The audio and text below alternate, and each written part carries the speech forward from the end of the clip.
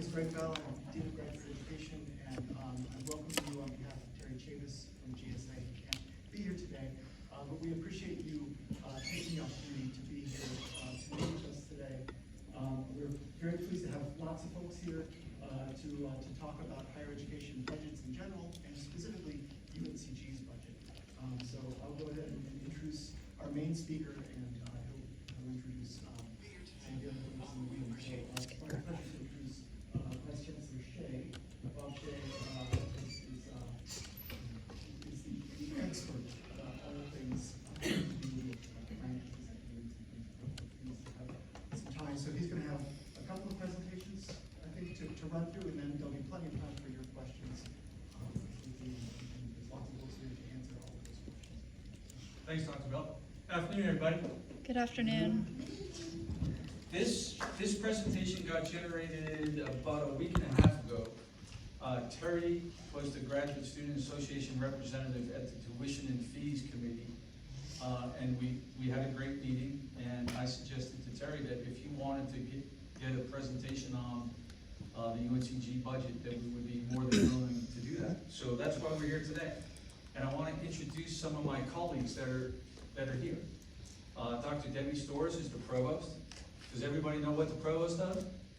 Mm-hmm. Yep. Chief Academic Officer of the university, second highest ranking officer of the university.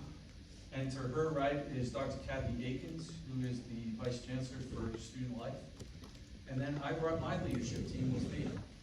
The three direct reports to me who are essential in all matters budgeting and finance at UNCG. Paul Forte is the ABC for finance. Prior to coming to UNCG, he was my counterpart at App State. He was the Vice Chancellor for Finance Administration at App State, and he is a certified public accountant. To his right is Michelle Laudenbacher, who is our Director of Budgets and Financial Planning.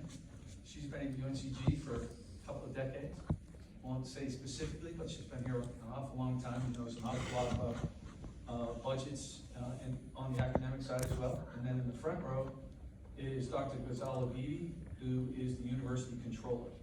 So the difference between Ghazala and Michelle is Ghazala has responsibility for all financial reporting. So in finance and accounting, there's two different methods of financial reporting. Financial accounting is accounting that is to external stakeholder groups. So think rating agencies, auditors, the system, and the public. Managerial accounting is focused on the inside. So that's budgeting on the inside of the organization. So that's all things budget, all things managerial accounting. So I'll go ahead and jump into it here. What we're going to talk about today: funding streams, why you should care, how you can help, fiscal transparency, enrollment, how important that is, revenue and expenses, and Q&A. So my goal here is to get through about 16 slides in 15 to 20 minutes and then open it up for Q&A. So just a little bit of background. That's Dr. Storrs. Like me, she's a first generation college graduate, and that's a large part why we're here. The UNCG student body mirrors our upbringing, and the reason we're here is to try to bring the same opportunity to students that we experienced over the course of our lives. That's my team over there. And then I will send this presentation so you have it, so you don't have to take in-depth notes. My background, both personal and professional, I've been here at UNCG for 3.5 years. Immediately prior to that, I was the CFO at Elon University. Then I worked for the Professional Association in higher ed called Greensboro. And as you can see before that, I had a full 25-year career in the United States Navy, where I retired as a captain after 3 years on the faculty at the Naval War College in Newport, Rhode Island. So our funding streams. These are all the different ways that we get money at UNCG. Whoops, didn't mean to do that. Our largest is state appropriation. That comes from the taxpayers. You pay taxes, part of your taxes come back to UNCG as state appropriation. That number is approximately $200 million on an annual basis. And that is the difference between a public university and a private university. That number right there, state appropriation. And that number is a significant contribution by the taxpayers of North Carolina. Many people say that the state doesn't contribute to higher ed. Well, the fact of the matter is that North Carolina has always been in the top 10 for the last 2 decades. When you look at all 50 states, North Carolina really invests in higher education in North Carolina. Now the question is, do they contribute at the same rate that they did 10 years ago or 20 years ago? The answer to that is no, they don't. But in relative comparison to the other states, North Carolina consistently invests in higher education more so than the majority of states. Tuition and fees is our next largest source of revenue. And it's an important number. There's gross tuition and there's net tuition revenue. And the difference is the amount of financial aid that is given back to students from our own internal pot. So that number this year, Gonzalo and Michelle back me up, $94 million in net tuition revenue, right? So 294 in state funds. Then student financial aid that comes from the federal government, and a much smaller amount from the state government. And for the last 3 fiscal years, we got $105 million from the federal government in what was called HERF funding. Anybody know that acronym? Mm-hmm. Yep. Higher Education Emergency Relief Funds. That came from the United States government. $105 million over 3 years. $45 million of that went directly to students in financial aid. So it was just a pass-through from the United States government to UNCG's treasury to students, $45 million. Sales and services, which we call auxiliaries on a college campus. Parking, dining, housing. All of those things add up. Grants and contracts that come from the federal government. Endowment, investment, annual fundraising. Anyone know the size of our endowment? Or what an endowment is? Okay, the size of our endowment as of last month was about $368 million. $368 million has been accumulated over the last, how long has UNCG been around? 1889? So since the founding of UNCG, people have given money back to UNCG. And that money goes into a restricted fund. I'll give you an example. Someone graduated from UNCG, they live in Guilford County, and they want to give a scholarship to a first-generation college student that's studying nursing. That's great. But you can't give that money to a student from Guilford County who's studying physics, right? That's a restricted gift. An unrestricted gift would be that someone gives us the money and they say you can see fit with what you do with it and you can give it to anyone. In an endowment, in UNCG's endowment, 94% of that money is restricted. We can't use it for any other reason other than what the donor gave it to us for. So that's what an endowment is. And then federal and state stimulus, I already talked about that a little bit. Next, fiscal transparency. So at UNCG, there's been a lot of noise for the last 6 months or so about UNCG not being transparent. Mm-hmm. Well, as I said in my intro, I've only been here for 3.5 years. But for the last 2 decades, UNCG has posted its financial information online. And when I send this to you, there's hyperlinks in here. And on the micro UNCG side, you can see our financial statements, our fiscal profile, system debt profile. It tells you how we spend money. And part of what we do, right, in a college and university is to teach students to be critical thinkers, right? And how do you develop critical thinking? You go to primary documents. These are the primary sources for our financial statements.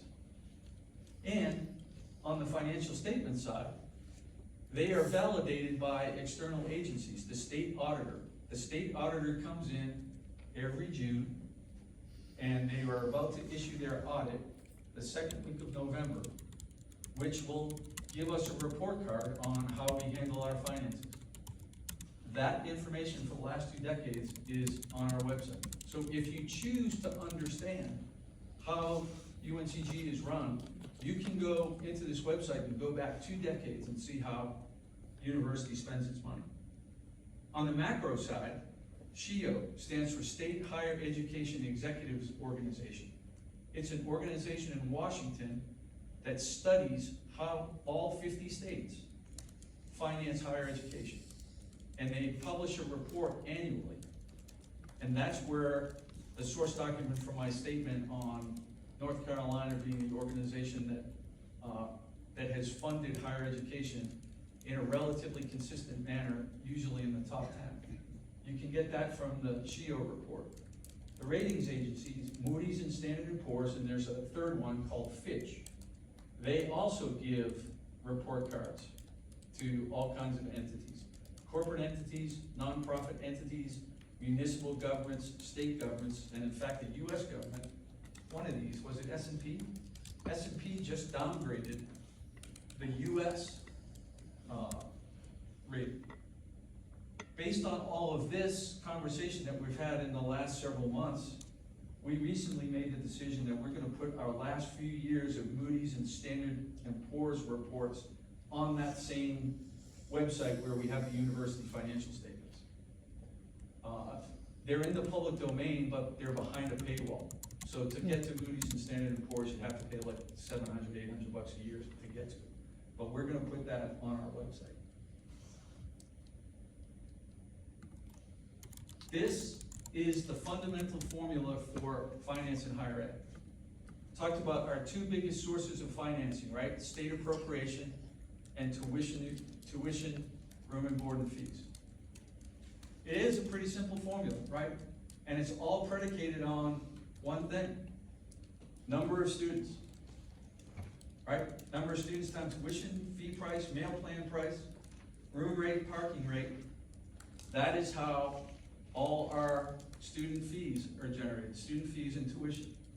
And then down on the bottom, the state subsidy, that $200 million, is generated based on student credit hours. Student credit hours are predicated on what? Enrollment. Number of students times number of credit hours, and all of that aggregates into a number, and the state funds us on that number. Now, you've heard about the new funding model, which we've now had for 2 years. The old funding model was called the 12-cell matrix. This new formula, they're referring to it as the performance funding model. It's still an enrollment funded model. We do get a performance component, but it's limited to 3%. And in subsequent slides, we'll show you the dollar figures associated with that. Enrollment, enrollment, enrollment. So when the provost talks on campus, the chancellor talks on campus, and I talk on campus, we always talk about the importance of enrollment. Operating expenses for the university. Can everybody read that from the middle of the room? Yep. Can you see that? That big slice of the pie, right, is how we spend our money. That big blue slice is academic affairs. And that's almost 72% of UNCG's budget is spent on the academic enterprise. Now, reasonable people can have a difference of opinion, right? Should that number be 72? Should it be 75? Should it be 80? Right? But there's no discussion to the fact that UNCG puts its money where its mouth is when it's budgeting, that students and the academic enterprise are the most important thing to what we do. Higher ed budgeting. Shared governance. What is shared governance? Students, Board of Governors, state government, the General Assembly, the governor, the Board of Trustees. Does everybody know the difference between the Board of Trustees and the Board of Governors? Trustees is local here at UNCG. Board of Governors is statewide in Raleigh.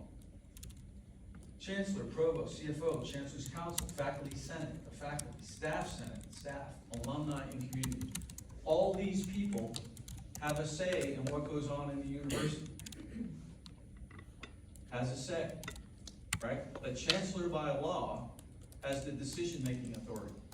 He gets all of those opinions from all those shared governance bodies, and the Chancellor, sitting at the top of the organization, has the responsibility to make those decisions.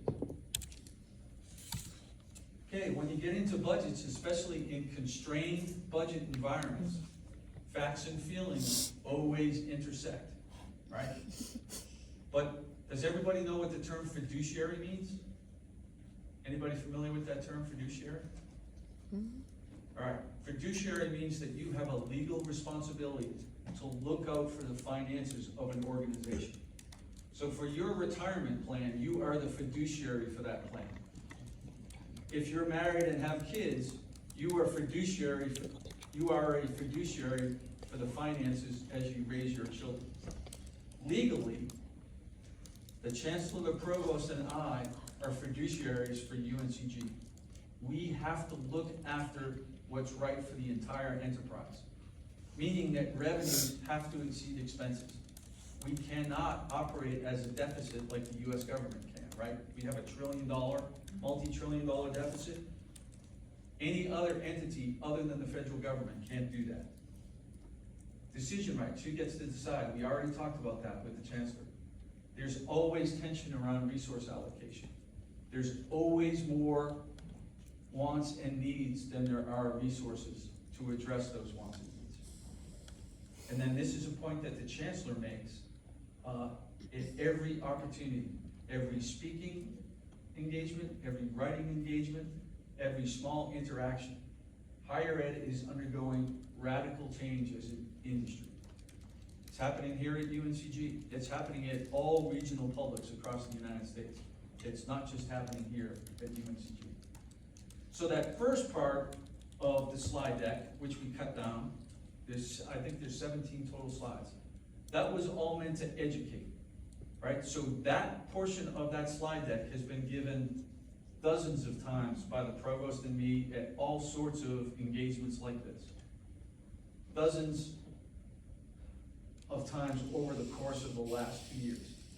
These next slides were developed by my team and me, and the Provost and her team, Dr. Alan Boyette, in response to the Bunches report that was ordered by a faculty group on campus.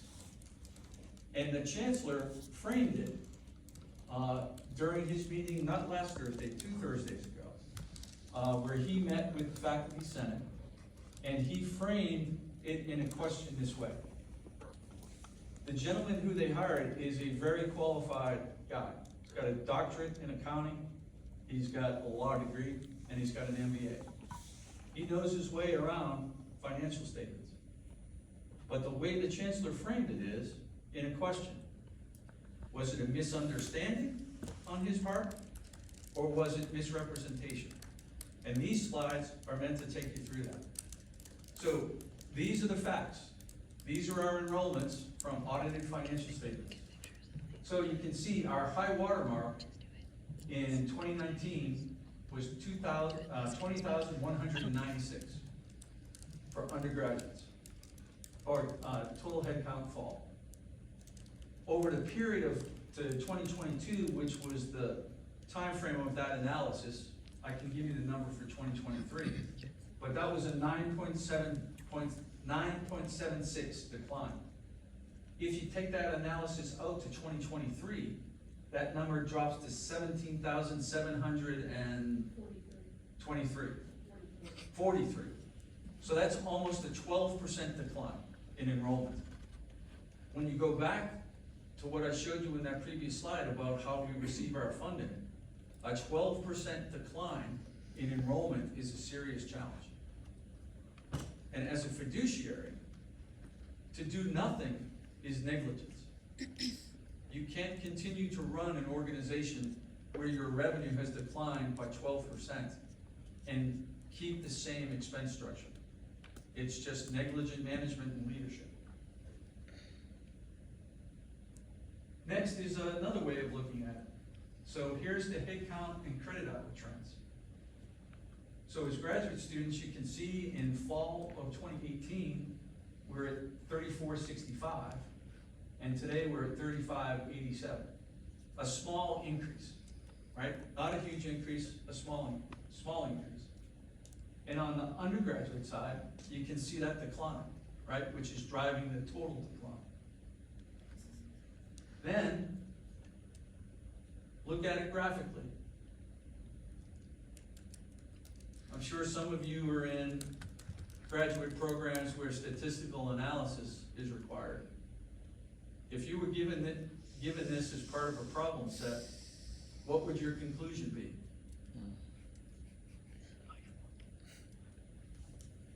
The conclusion is that enrollment is a challenge. And when you look at universities just like UNCG, in subsequent slides, we're going to show you what it looks like across the system. This is the enrollment picture. So, right, going into any presentation, you got to know your audience, right? So I figured somebody might be skeptical looking at data provided by the administration. So these next slides, what we did is we took the source documents, the primary documents, from the General Assembly in the UNC System office, and I'm going to present those to you next.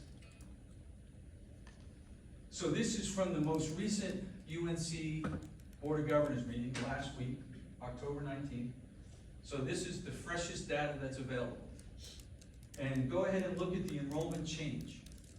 So there's two different types of funding at the state level. Recurring funding and non-recurring funding. So recurring funding happens every year. Non-recurring is one time. So on financial statements in Excel, a parentheses denotes a negative number. So go ahead and look down that column, enrollment change, and look for schools that don't have parentheses. When you do that, you'll find that there's only a few. Elizabeth City, which is marginally up. You have Chapel Hill, which is up 1.6 million. You have North Carolina School of Science and Math, which is up marginally. But look at everybody else. Everybody else's enrollment is down. Look to UNCG in the yellow highlight. What that means is just based on enrollment. So think of that chart with the downward sloping curve and the regression line, right? What that translates to is an $8.3 million loss in enrollment funding from state appropriation, our largest source of appropriation. Go over to the next column, which is a positive $2.39 million. Because UNCG met all its performance goals, did we meet them all, Debbie? All but one. All but one. Because we met 5 of our 6 performance goals, the state gave us 2.3 million, right? So now we've gone from 8.3 million, now we're down to 6 million, just round numbers, right? And then we got a one-time stopgap measure. The chancellor went over and talked to President Hans, the leader of the UNC system and the General Assembly, and said that our enrollment was going down so precipitously, we needed a stopgap measure. So he advocated over in Raleigh for months, and you can see 2 schools, us and UNC Asheville, got a one-time stopgap measure. So if we were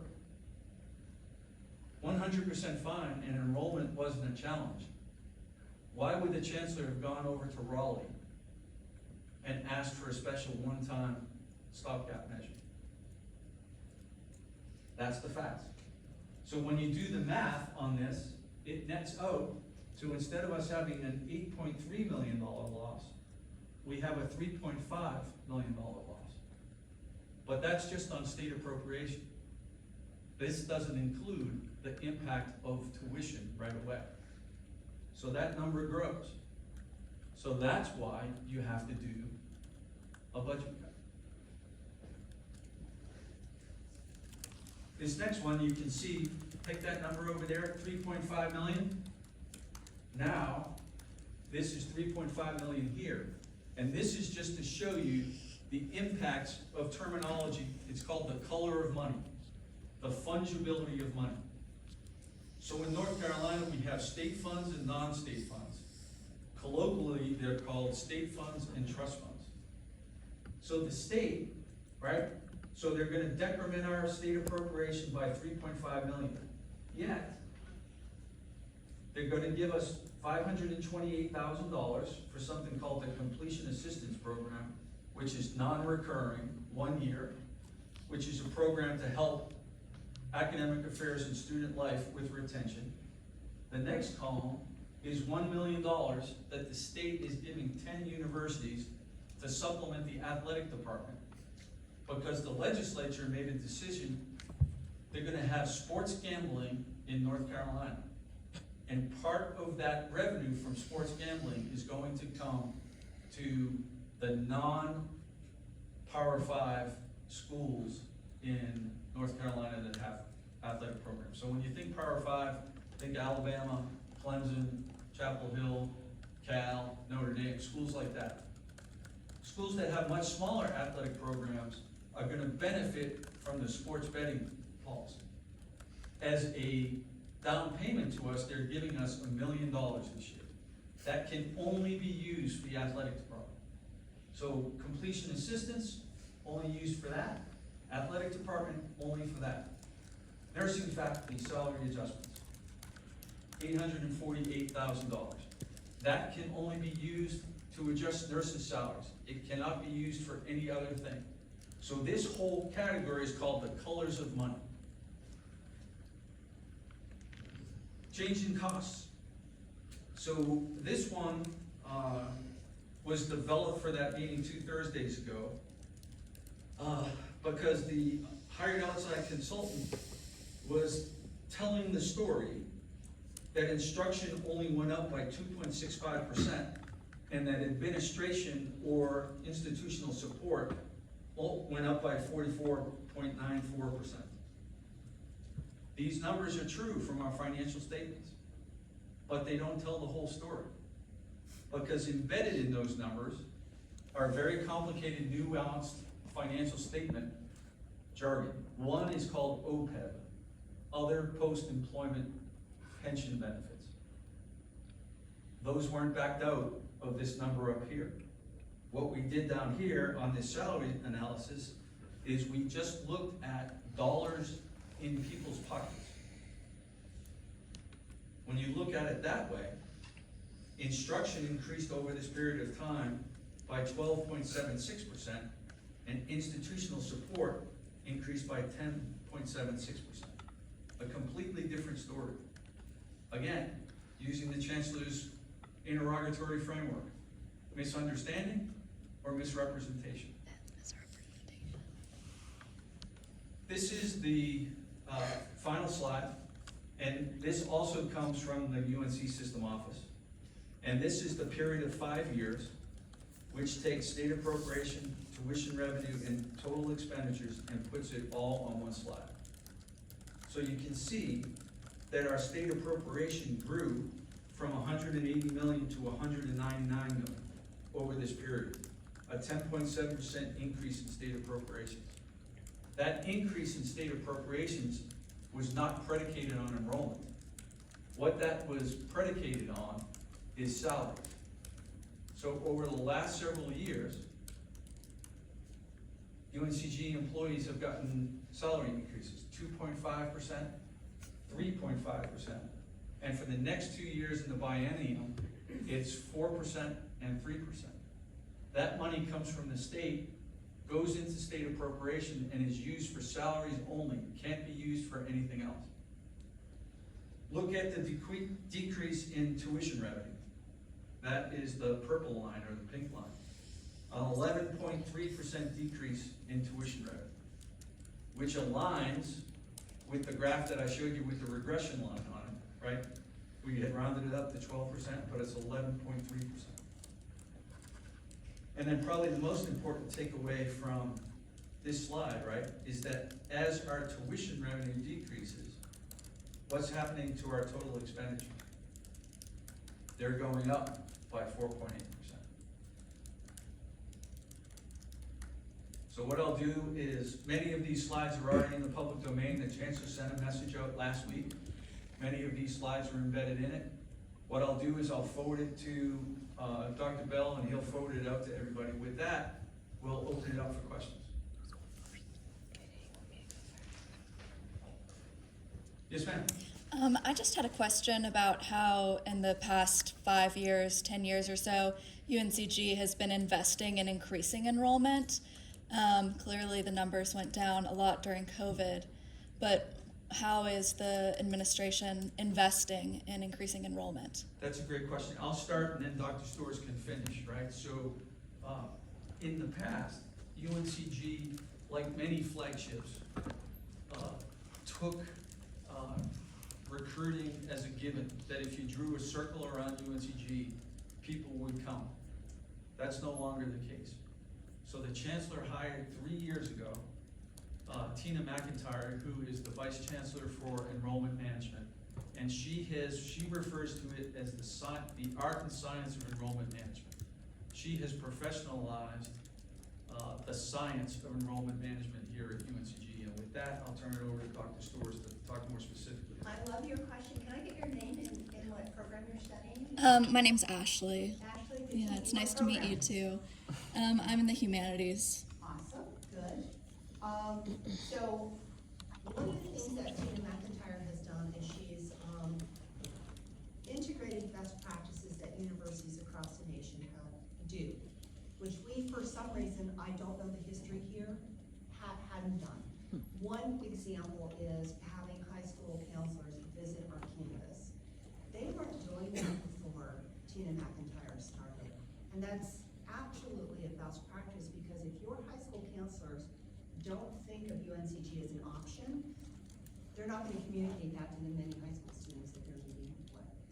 But beyond that, there's been a lot of campaigns that we've generated and targeted prospective undergraduate students, but we've also focused on our non-traditional student body, because we also have a lot of students who are transfer students who come here.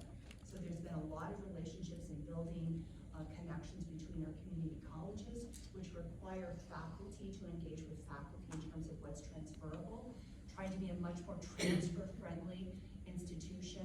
I would say, based on what I understand from Tina's work and from the deans and the chairs, we've become much more transfer-friendly in the last 3 years.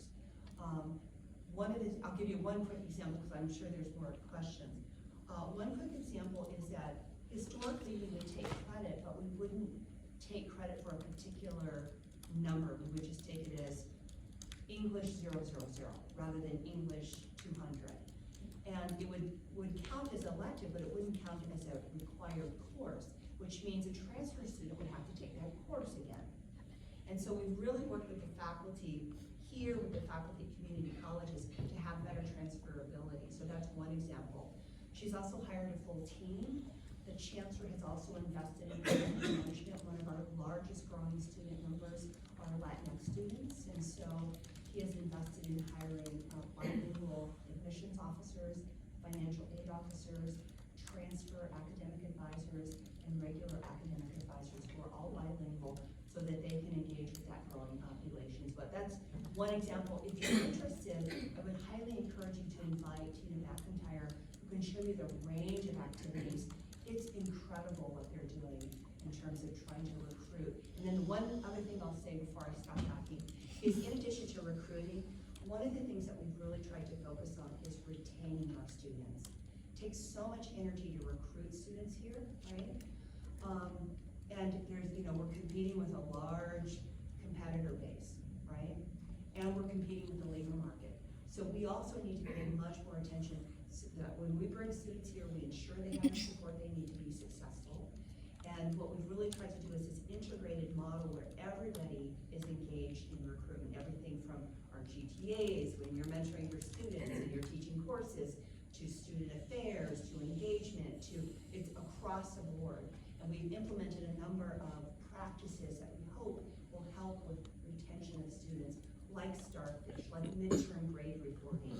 Those things are super important for communicating to students how you're doing, and then helping us reach out to students when they're having challenges. So there's a ton of stuff that's going on. It's a great question. Yeah, thank you very much. I appreciate that. I just want to, so we've only been doing active recruiting for enrollment for the past 3 years, since 2020? Oh, no. We've always recruited, but since Tina McIntyre has been here, she has brought what she's calling the science and art of enrollment management. So we're doing things we hadn't been doing previously. And I don't want to misstate what was happening previously because I'm not aware of that. What was happening previously, I guess, is my question. That's my point. I can't really speak to that because I wasn't here. Tina McIntyre would be a great person to speak to about that, but I know that she has enhanced and implemented best practices that weren't happening. But I don't want you to leave this room thinking we weren't doing anything. Of course we were doing things. The details, I can't really answer because that's really in Tina's shop. But it's a great question. One of the structural changes is that, it used to be a division that Report, yeah, that used to report into the provost before I was here. And the chancellor made the decision, because enrollment was starting to decline, to shift that position as a direct reporting line to him and to elevate it to a vice chancellor role so he can recruit some of the best talent. And he recruited Tina McIntyre from Charlotte. I just had a follow-up question to that. Historically, how long does it take for those types of enrollment initiatives to where you can see, I guess, the result of that investment in enrollment? Can I add on to that too? Based on some public records, it does look like it's working. The first and second year undergraduates Yes. has increased. Yeah. So, just adding on, when you say enrollment is due to decline, that's a prediction? That's based on a prediction? So, okay, wait, let me answer the first. Yeah. According to what I've heard from Tina McIntyre, who's the expert in this, not me, it takes, she said to the chancellor, it will take at least 3 years to implement these practices and to see the rewards. And I think we are seeing it for the first time in college and our transfer dollars, our transfer students. So we are seeing that increase. Part of the challenge long term is also what we're paying attention to is what the demographers are talking about, the demographic cliff. The decline, the projected decline in the number of high school graduates across the nation, but also looking at North Carolina. That decline suggests that we're gonna see fewer students who are eligible to go to college, but we also see, the other piece is just non-enrollment. We see more students choosing not to go to college directly out of high school and choosing to go into the labor market. I think there's many reasons for that, but that's another consideration when we think about our projections looking forward. Now, channeling what the chancellor says. So the reason in 2025 and 2026, they're calling it the enrollment cliff, is the last time we had a big recession was in 2008. Add 18 to 2008, you're at 26. What happens when you have a recession? Low birth rates. What's that? Low birth rates. Low birth rates, that's exactly what happened. And depending on what demographic study you look at, it's somewhere between 3 and 4 million fewer high school graduates in 2026. So there's a demographer at Chapel Hill, Professor Johnson, I believe his name is. He has a great presentation, I think you can find it on YouTube. It's called The Graying and Browning of America. And it will really highlight the demographic challenges that are going on nationally and here in North Carolina. Yes, sir. Yes, sir. My name is Sebastian Pandoni. I'm a social work student here at the university. And I was curious to learn more about the new kind of sports betting model and the $1 million that has been given to Greensboro and the money that's predominantly going to be allocated to non-top 5 schools. Yep. Do those schools, one, have to be Division I schools? Two, what requirements are of a D1 school? What's the cost? And how is those funds from the sports betting allocated throughout the schools? How is that distributed over the next X amount of years? Because, our basketball coach gets paid more than anybody in this room. So, Yep. and that stadium is not as cheap to rent out, I'm sure, and nobody's filling it up. So how are we looking at, I guess the overarching question is, what is our goal as a university? Are we trying to become a D1 athletic school? Are we trying to become a research school? Where are we headed? Yep. Those are really great questions, all right? Let's see if I can unpack them. I think you asked 4. Yeah. All right. So I don't think there's any D3 schools on that list, Paul, were there? No, even asked them to be on the program. Yeah. Even asked, but I have to go check, but most of them. Yeah, but the goal was to get state funding to, there's FBS and FCS. It used to be called Division I and 1AA. They changed it, I always get it mixed up. FBS is the big schools. FCS is us, but that's football, right? We don't have football. So the intent was to get money to the schools to subsidize it, knowing that the fee-only model is not sustainable, right? Charging everybody on campus a fee for the athletic program has been acknowledged that it's not gonna work. So this is an attempt to fix that. Answer the Division I question. We do not have any desire to grow our athletic program from where it is today into a Power 5 school. There hasn't even been a discussion about wanting to do that, right? The chancellor says we want to be R2 of distinction, right? Access and excellence. Nothing's changed there. There's a legitimate conversation, right? That people say college athletics has gotten too big and shouldn't be part of, colleges and universities. That's one side of the argument, right? Then the other side of the argument is that college athletics is the front porch to a college or university. It does a lot of great things. By front porch, you mean like access to university versus through scholarships? Yes, Okay. right? So the athletic, all athletic departments in the state had to do an economic impact statement to get these funds. And I don't have the numbers on the top of my head, but it was multi-million-dollar economic development in Greensboro for the athletic programs that we have. That grows enormously, like when you're at App State and you have, what's the capacity of that stadium? Well, we've had up to 35,000. 35,000 people descend on Boone, North Carolina, 6 or 7 fall Fridays. That has an enormous impact, right? The range of the sports betting impact for each of the college universities right now, right, it's just a projection, is anywhere from $300,000 a year to 1.3 million. They settled on giving us 1 million up front, but that range could be anywhere from 300 to 1.3 based on how the gambling goes. But for anybody who's watched TV in the last year, you know that gambling has exploded. You can't watch television without seeing an advertisement for an app. And that's what the politicians in North Carolina are trying to do. They're trying to capture some of that sports betting that goes out. So what is the procedure for that allocation? You said 300 to 1 million. Going to the athletic department. Yeah, how is that decided? What's the procedural steps to decide who gets what amount of money over the next 5 years? So yes. Well, like, Let's say the gambling brings in $40 million next year. yep. How is that allocated among the different non-top 5 universities?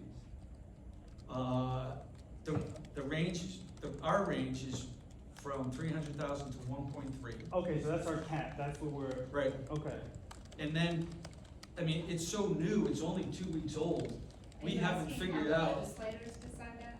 Well, yes, I mean, whoever's in charge of saying this is how much money the state's bringing in, and then the legislators say, okay, you've met these requirements that put you under the category to be eligible for these funds.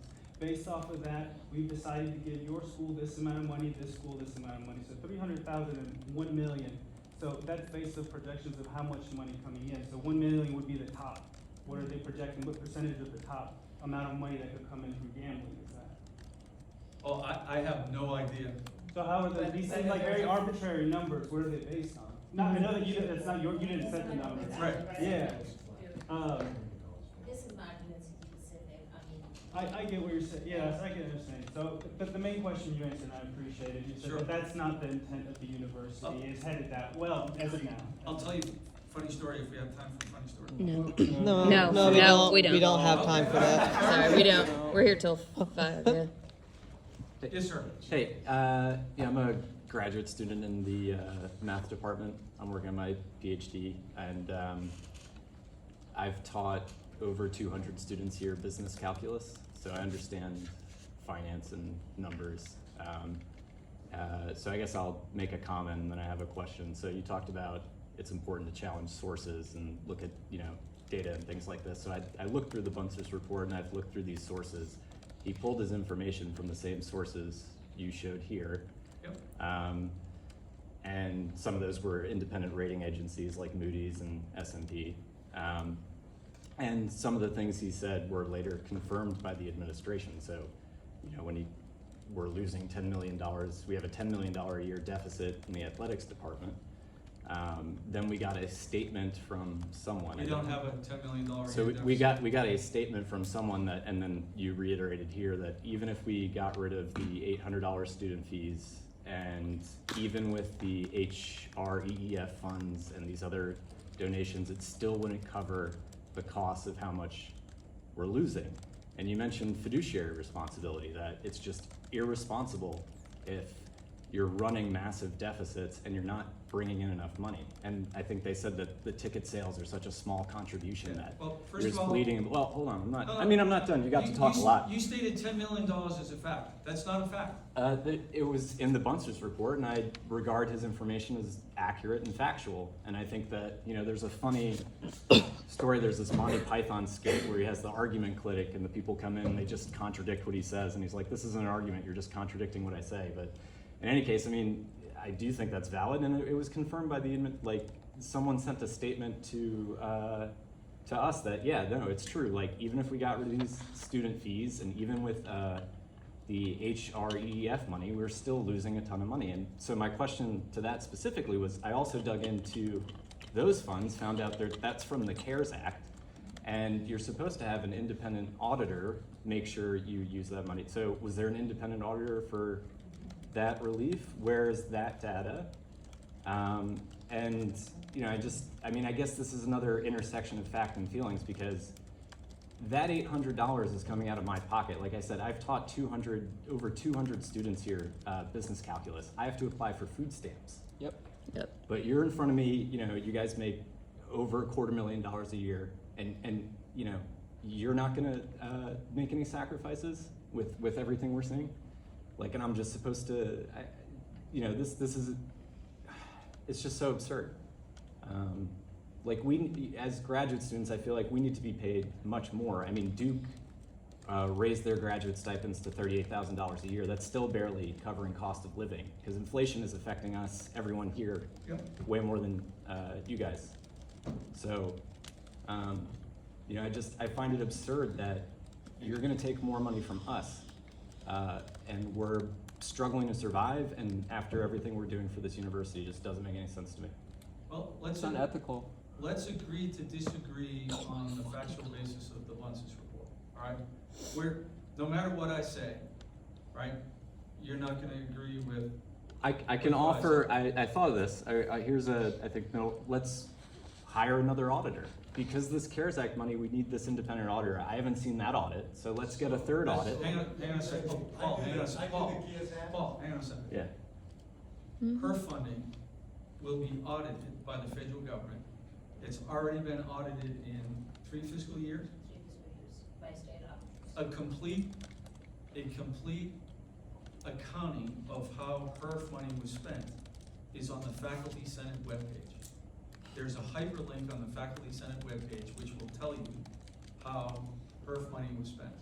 The accounting's been there, Debbie, how long's that been there? 6, 8 months? Yeah. So that's there. Okay. That's a fact, goes to the transparency. Then your point about Duke, you can't compare apples to oranges. The tuition here at UNCG is completely different than the tuition at Duke. The cost of an undergraduate education at Duke exceeds $80,000 a year. Total all-in cost for an undergraduate here is right at $20,000 a year. You cannot compare and contrast salaries at private institutions to public institutions. It's comparing right. apples to pomegranates. But if I could say, if I took all the credit hours of students I've had in my classes and think about the revenue I've generated by teaching over 200 business majors calculus and financial calculus and business calculus, and then I look at what I get, it's like completely unjust, right? And then I'm expected to fork over even more money for a department that doesn't stand on its own 2 feet. I mean, if we're losing that much money in the athletics department, how is that fiduciarily responsible? I mean, you said yourself that if you're losing more money than you're taking in, that's irresponsible. You're losing way more money than you're taking in, even after CARES Act money, taking more from students, getting philanthropic donations. I mean, no matter how much money you're grabbing from all these different sources, you're losing it. Right, I mean, what's going on, right, so one other thing, I'll talk about a policy thing and then respond to your most recent comment, right? So the changes in the funding model and the changes that we're making as a leadership team at UNCG are predicated on a policy shift in the North Carolina General Assembly and the UNC system office via the Board of Governors. The state has said that North Carolina higher education entity will invest in undergraduate in-state education. That's a policy prescription codified in the funding model. And that they will invest in STEM graduate education. And that if you're not in STEM graduate education, that those graduate programs have to do what's called colloquially is standing on their own bottom. There's a type of budgeting in higher education. It's called each tub on its own bottom. We don't do that here. We use incremental budgeting. And I know it's not a satisfactory answer, but the answer is that the state is investing in certain graduate programs and not going to invest in graduate programs going forward. It's a policy prescription that we are responding to. And then, I mean, to go to the fiduciary duty, fiduciary responsibility, I wasn't parsing this, but it sounded like we were just having a conversation about gambling and how gambling's gonna bring us more money. So not only are we not taking in enough, but like we have this utopian dream that like maybe we'll get enough through gambling. That doesn't sound fiduciarily responsible. Like what is going on? How are we having this conversation? Well, gambling is only for athletics. We don't see that money. Yeah, we That's what I'm don't. saying. Yeah, we don't see that That's money. exactly Yeah, that money's not going to us. It's a shift. From this, I mean, it's kind of related, but so I see our kind of shift in what the university is investing in, and I understand that it's based on these shifts at a state level. My question has more to do with something that you touched on, which is our jobs as graduate students. And if you're talking about enrollment, and you're talking about budget cuts and things like that, I mean, we provide a lot of cheap labor for the university. And so how does it make sense to get rid of graduate programs where we are the ones who are providing cheap labor to teach your undergrad students, which is what the university is investing in the future, right? Like the enrollment in undergrad students, but that's the classes we all teach. So I guess, wouldn't it be cheaper just to keep our programs than to hire, outside faculty to come and teach my, whatever 211 classes that I teach every semester? I mean, that's something that we have tried to parse in our minds as well, as we invest a lot in this university and a lot in our students. Can I answer that, Bob? So, first of all, the program review, we have not made any decisions. We're right in the process of the evaluation that's happening at the schools and colleges. The reality is there will be some reductions in program offerings. How many, I don't know. At what level, I don't know. Probably both at the undergraduate and graduate level. This university cares about both undergraduate and graduate programs. We are a research institution. Graduate students not only play an important role in teaching, they play an important role in engaging in research and enhancing our knowledge, right? Graduate students do that through your own research and then working with your faculty. So we know graduate students play a very important role. The reality is at the end of the day, we do have to figure out how we're going to cover all our costs. And so we're taking a very comprehensive look at, you know, how are we going to do that? That's one of the reasons why we're doing portfolio review. We simply can't afford all the academic programs, which are folks currently underfunded, including, to your point, the stipends that graduate students get. I agree with you, they are very, very low and they're not competitive.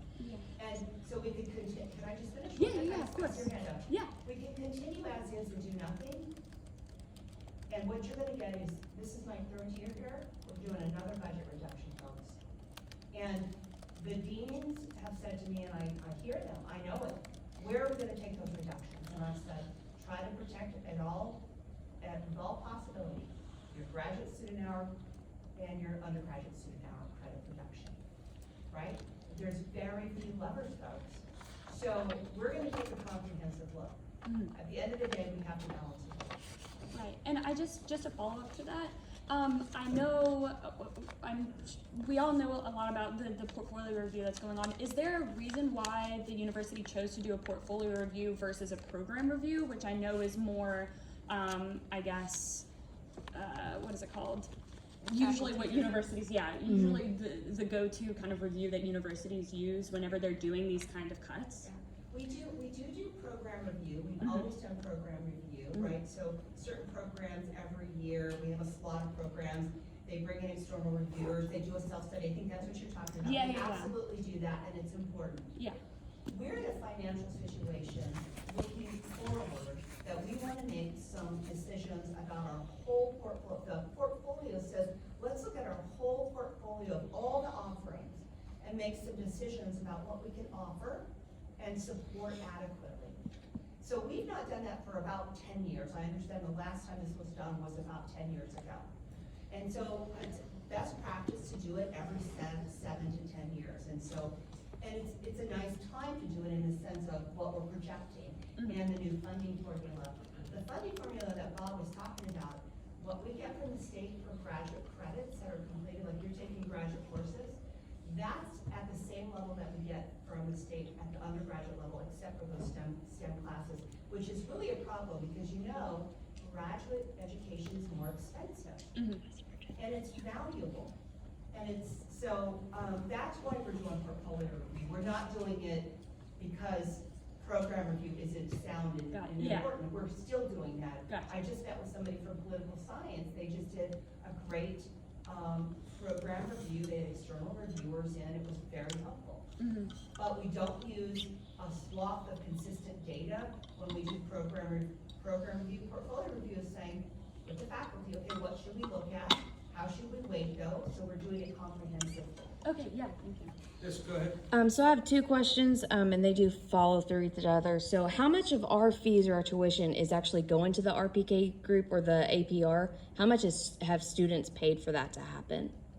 And the follow-up for that is, why are we using APR after RPK tanked West Virginia University's enrollment numbers after what they did? We just all really love our university. We love being at UNC Greensboro. We love our students and faculty, professors, departments, and so we don't want what happened at West Virginia to happen here. I mean, Right. their enrollment declined by so much after going through this review. And I had grad friends that were there that loved their departments, and what happened is they left a university they loved because of what happened. They saw what they loved tore down because of the same conversations we're having here. But what happened was the grad students didn't have enough time to speak up and to speak out. And the difference here is that grad students have been given this information beforehand. And now what's happening is we're asking these questions and just now being given the information, what is it, almost November? The information we're gonna get about our programs is happening in January, and we just got that information, y'all. We just got final information that the program review, sorry Siri, I'm talking.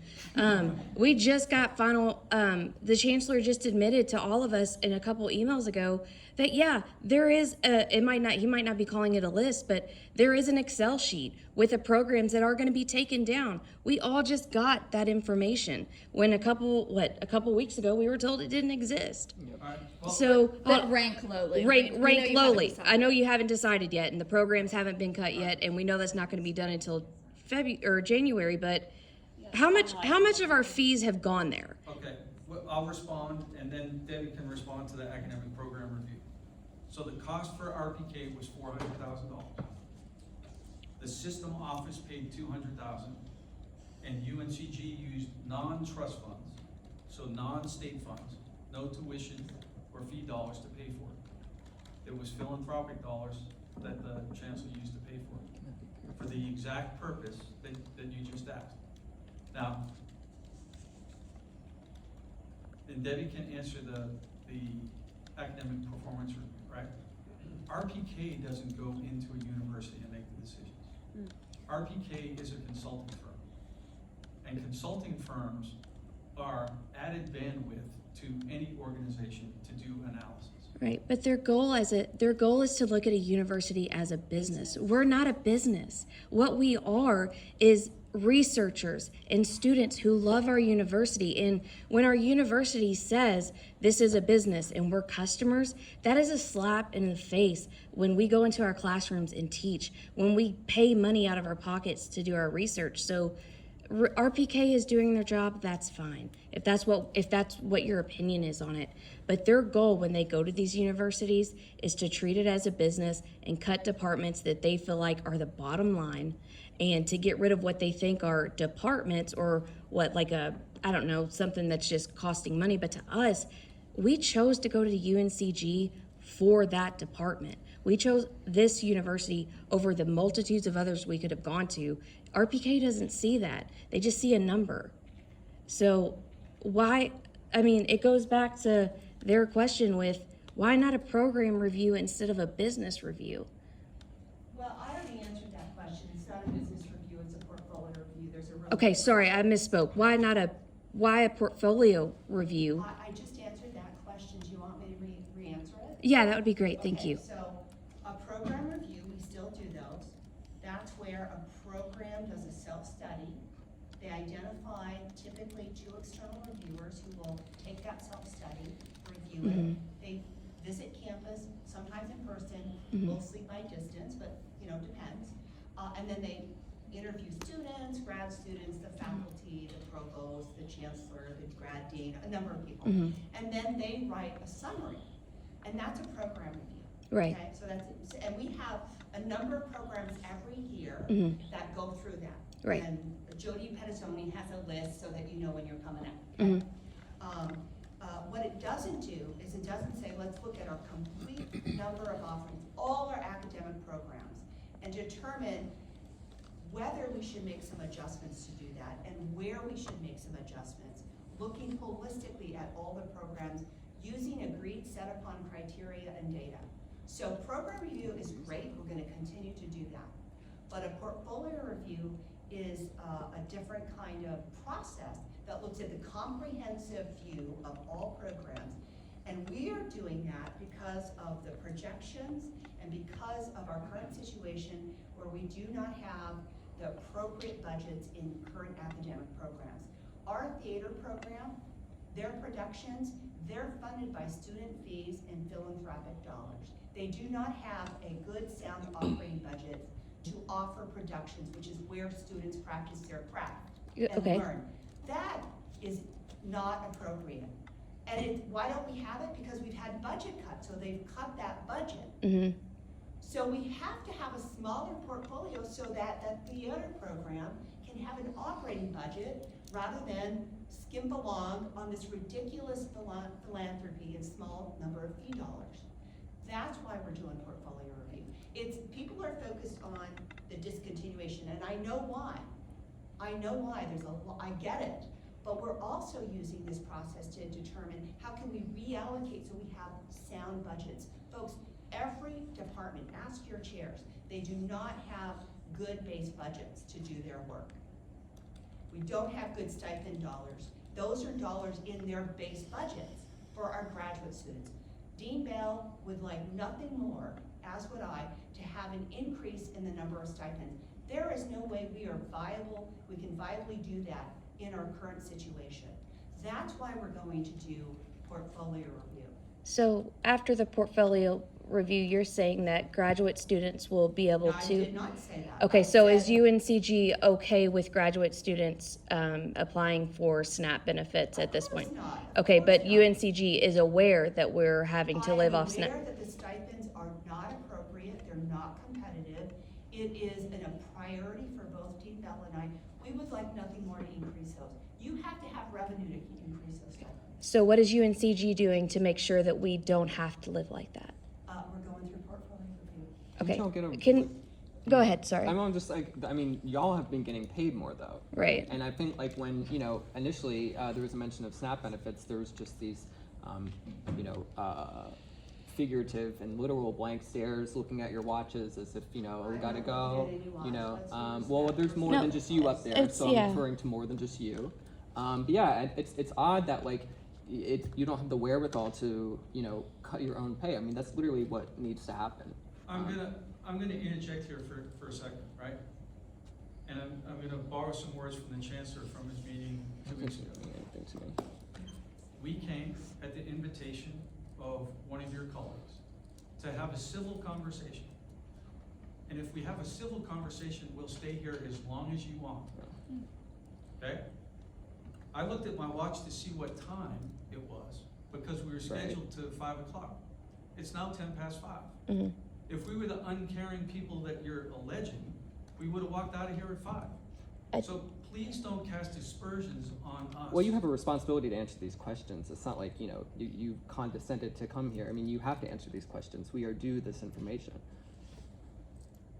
And then, We're just asking for some dialogue, folks, and polite. I do want to answer. And I think- Can I answer yeah, the other but you're question also you like, raised? I think that's, and I just want to say a point, like, you were being extremely disrespectful to me just now by, I was? yes, very much so. How? When saying, Yep. if I did that, if I did that to you, ma'am, just now, you would have called me out, and I probably would have been that would have gone against my student code of conduct. I probably would have gotten an email. I don't do that as a grad student because I just can't. Well, I'm sorry for being offensive. I'm sorry, and Dr. Akins is shaking her head. Am I incorrect on that? I'm talking to a colleague. I'm sorry, I wasn't responding to you. Okay, so sorry, I'm just a little confused at what's happening, so. Can I answer one thing? So please accept my apology if that was disrespectful. I do not want to be disrespectful. I'm a little frustrated because it's almost as if there's a perception that we want to do portfolio review because we love RPK, we want to destroy the academy. Okay, and that's certainly not my case. Portfolio review is something we have to do to get to the points that I think we all share. But I want to get back to an earlier point that you made that I want to correct.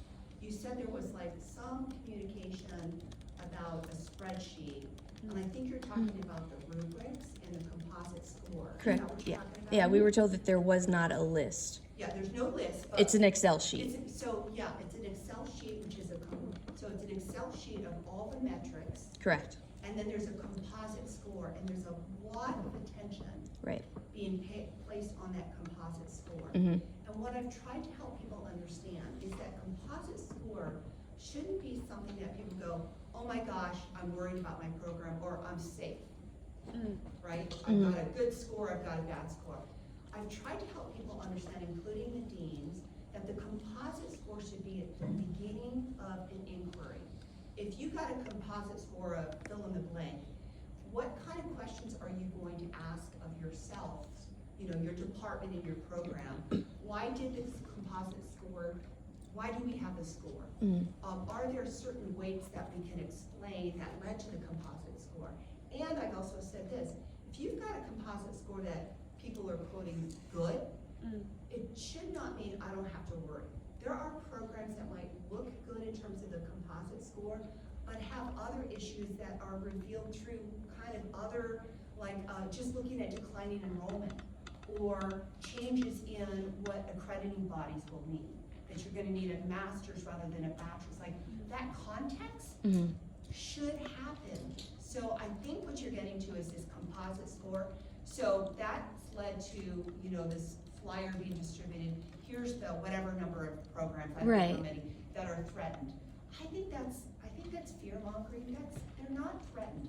we are reviewing them, Mhm. and we're trying to provide these processes so that there's more context. So there's this phase one, right, that every college and school is looking at. Looking at the composite score, but looking at other data points too, including the dashboard data and other data, context statements. And then the colleges will determine of those, which do we want to take to phase two for further review, right? Which again, more conversations, particularly about the things that are hard to measure, right? So you might not be able to easily measure things like quality scholarship that's coming out of a department. We can measure pretty easily your external grant dollars, but that doesn't fully capture scholarship that faculty and graduate students are doing. So that might be an element that's considered. Maybe we have a program that has declining enrollment, but is so significant in terms of their scholarship and their national or regional reputation that we think it's important that we want to add to that program to see if we can increase enrollments through a different way by reallocating resources. So I know people are getting stuck on that composite score, but that is not the list. I think the worry is, and I know you called it fear mongering, is that, and I know you mentioned lack of transparency, is that's what we're saying, but it's because we're being told it's not a list, it's not a list. Right, it might not be a list, it's an Excel column. Yeah. Right, so you're twisting the words just a little bit, right? So it's not a list, but if I printed that Excel sheet out, it would be printed out in a list. I think where the confusion came is what the university was hearing is that students and others were saying, there's a list of programs that are going to be cut. No, they never said that they were gonna be cut. That was, no one ever said anything was gonna be cut. So I don't know if the university jumped on some undergrad being scared or someone might have misspoke. The AAUP never said anything about anything being cut, ever. Ever once. I've been to no one's ever said that. Neither has any grad student. That has been a lot of the informal communication, right? That's what we have heard From students, undergrad, graduate? probably both. Okay. Can I ask, I mean, it was said we need a smaller portfolio. So what's the goal of portfolio review, and what do you mean by we need a smaller portfolio?